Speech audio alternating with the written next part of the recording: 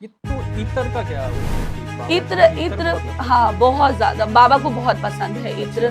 इत्र आप जाओ वहां पे तो 3 इत्र खरीद के जाओ, एक वहां पे अर्पित करो। हमारे व्यूअर्स के लिए, हमारे जो श्याम प्रेमी हैं उनके लिए ये भी बताइए, अर्जी कैसे लगाते हैं? अर्जी का विधि है कि घर में ब्रह्म मुहूर्त में उठिए, सामने में नहीं वर्ड नहीं होना चाहिए, नहीं वर्ड नहीं होना चाहिए। जैसे मैं बोलता हूँ मुझे जॉब नहीं लग रही है बाबा, मुझे आप जॉब दो, नहीं वर्ड नहीं होना चाहिए, पूरे अर्जी थैंक यू बाबा आपने दे दिया जो मैंने मांगा है, 100% आपका पूरा होगा। जो श्याम प्रेमी हैं उनके लिए ये भी बताइए, अर्जी कैसे लगाते हैं? अर्जी का विधि है कि घर में ब्रह्म मुहूर्त में उठिए, लेकिन एकादशी और द्वादशी में ही आपको ये करना है अगर आपको 100% रिजल्ट चाहिए।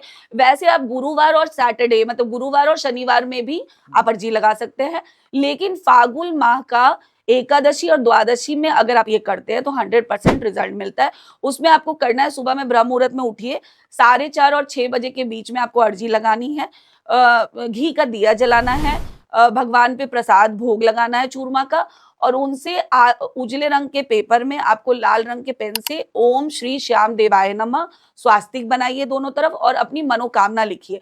मनोकामना लिखने से पहले आपको ये बोलना है कि मैं हार के आपके पास आया हूँ बाबा, मेरी ये मनोकामना है, लेकिन उस मनोकामना में नहीं वर्ड नहीं होना चाहिए। अच्छा। नहीं वर्ड नहीं होना चाहिए। जैसे मैं बोलता हूँ मुझे जॉब नहीं लग रही है बाबा, मुझे आप जॉब दो, नहीं वर्ड नहीं होना चाहिए पूरे अर्जी में, पहला। दूसरा, उसको जब आप बांधते हो नारियल और 11 रुपया, क्योंकि ₹1.25 अब नहीं है तो 11 रुपया में बांधते हो, नारियल, ₹1.25, मोर का पंख और लाल रंग के में अपना जो आप लिखे हो रेड पेन से लाल रंग के कपड़े में जब आप बांधते हो तो मौली को जब आप रोटेट करोगे 11 टाइम्स, आपको ओम श्री श्याम देवाय नमः बोलते हुए उसको बांधना है, अपना मनोकामना भगवान पे अर्पित करना है, और जब वो मनोकामना पूर्ण हो जाए तो वो नारियल आपको ले जाके श्याम बाबा के चरणों पे आपको थैंक यू बोलना है, धन्यवाद देना है कि थैंक यू बाबा आपने दे दिया जो मैंने मांगा है, 100% आपका पूरा होगा। और मैं तो कहती हूँ बहुत जल्दी पूरा होता है, लेकिन आपका आस्था सही होना चाहिए। आपको तुरंत और ना मल्टीपल चीजें मत मांगना, अगर अच्छा। एक मनोकामना तो एक ही मांगना है।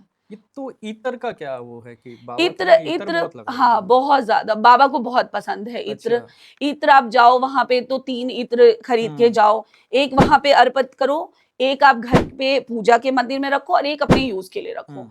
बाबा का आशीर्वाद उसमें आ जाएगा ना, तो बाबा आपको एवरी डे सक्सेसफुल बनाने के रास्ते पे, आपको जो भी मनोकामना है ना, वो इत्र के रूप में आप हमेशा सुगंधित महसूस करोगे।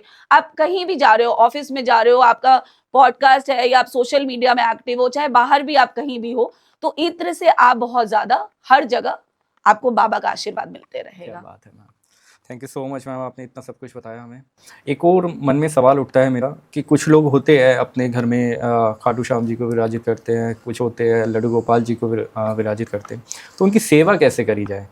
कुछ उनकी सेवा के बारे में बताइए, क्या उनको भोग चढ़ता है या कितने बजे उनकी पूजा करने का टाइम सबसे अच्छा होता है, कैसे करें? श्याम बाबा को अगर आप रखे हुए हैं अपने घर में तो उनका सेवा आप सच्चे मन से कीजिए, पहली बात।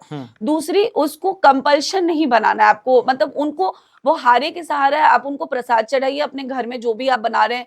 खीर और चूरमा का प्रसाद अगर आप बना रहे हैं तो चूरमा में गुड़, घी और राइस और गुड़ से आपको चूरमा बना के उनको भोग लगा सकते हैं, और दूसरा आप खीर बना के भोग लगा सकते हैं।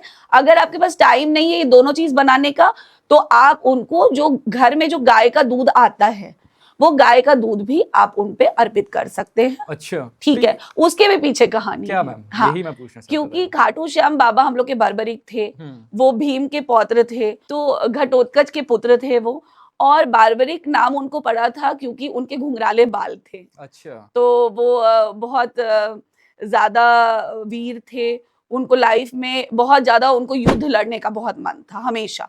तो वो जाके तपस्या किए, तपस्या करते समय उनको वरदान शिव जी से मिला था, वो 3 बाण का भी रहस्य है कि पहला बाण सब दुश्मन को चिन्हित करता था रेड कलर से, और दूसरा बाण का काम था ब्लू कलर से चिन्हित करना जो हम लोग के साइड में पक्ष में, और तीसरा बाण ये था कि अपनों को रक्षा करके जो लाल चिन्हित लोग हैं उनको खत्म करने का उनका ये था। तो वो 3 बाण उनको प्राप्त हुआ, तो उनको बड़ा उत्सुकता थी कि हम कब युद्ध लड़ेंगे। तो जब महाभारत की युद्ध होना स्टार्ट हुआ, तब कृष्ण भगवान तो जानते थे कि ये इनके पास तो इतना ज्यादा पावर है कि अकेले ही महाभारत खत्म कर सकते हैं।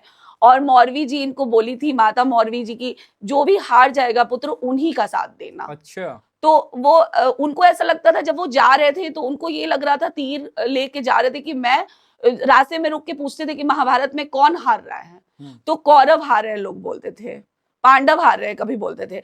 तो उनके दिमाग में था कि पांडव तो 5 ही है, कौरव तो 100 हैं। तो मौरवी जी ये जानती थी कि पांडव कमजोर हैं और कौरव बहुत शक्तिशाली हैं, क्योंकि वो संख्या में ज्यादा थे। तो मौरवी जी बोले थे, हारे के सहारा तुम बनना, जो हार जाएगा, जो पक्ष हारते रहेगा उसके तरफ चले जाना। अब कृष्ण भगवान तो ये जान रहे थे कि जिस भी तरफ ये जाएगा ये तो युद्ध खत्म ही नहीं होने देगा बारबरिक। 14-15 साल की उम्र में वो बस एक लेके निकल गए थे कि जो हारेगा उसका साइड लेंगे, तब तो युद्ध चलते रह जाता। इंडिया में सेक्युलर इसको बोलते हैं, वो सेक्युलर थे कि मैं किसी भी पक्ष का नहीं हूँ। बारबरिक जी ना कौरव साइड थे ना पांडव साइड थे, वो जो हारेगा उसके तरफ चला जाऊंगा। तो वो चले, चलते चलते माधव जानते थे कि भाई ये अगर आ गया युद्ध में तब तो कुछ नहीं होना है। तो वो ये बोले, वो ब्राह्मण का वेश धर के उनका इंतजार करने लगे पीपल के पेड़ के नीचे। तो वो आए तो वो बोले कि वो प्रणाम किए, नमस्कार किए, रुके, फिर वो बोले कि कहाँ जा रहे हो? तो बोला मैं युद्ध लड़ने जा रहा हूँ ब्राह्मण देवता। तो फिर ये बोले कि तुम इतने वीर हो, बस 3 ही तुम्हारे पास तरकश में 3 ही बाण है, 3 बाण से तुम कैसे युद्ध लड़ोगे?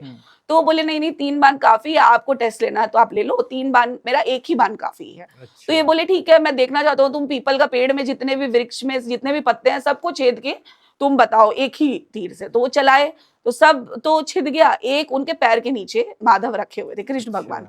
तो वो रोटेट करने लगा, परिक्रमा करने लगा वो तीर पैर के चारों तरफ। तो वो बोले माधव आप अपना, ब्राह्मण थे तो उनको बोले ब्राह्मण आप अपना पैर हटाइए नहीं तो आपके पैर में लग जाएगी। तो वो हटाए, तब तक वो छेद करके आ गया। तो माधव बोले कि तुम बहुत बड़े क्षत्रिय हो, लेकिन क्षत्रिय होने के साथ साथ दानी भी होना जरूरी है। क्योंकि क्षत्रिय तो दानी होते थे।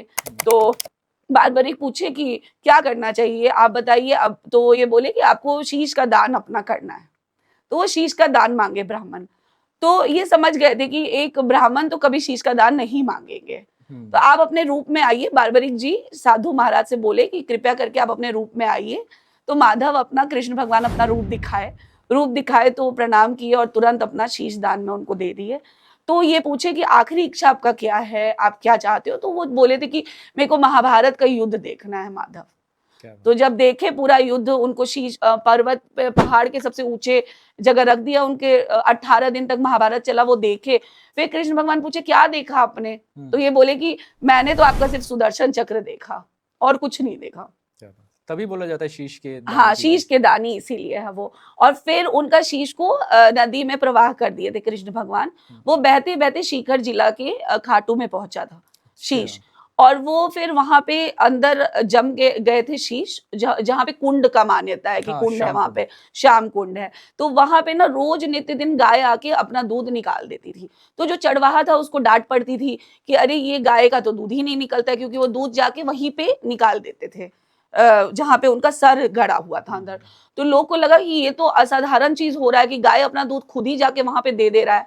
तो फिर वहां पे खुदाई हुई तो उनकी शीश निकली, फिर शीश का पूजा होने लगा। इसीलिए लोग कहते हैं कि गाय का कच्चा दूध चढ़ाना चाहिए, उससे खाटू श्याम जी, बारबरिक जी प्रसन्न होते हैं।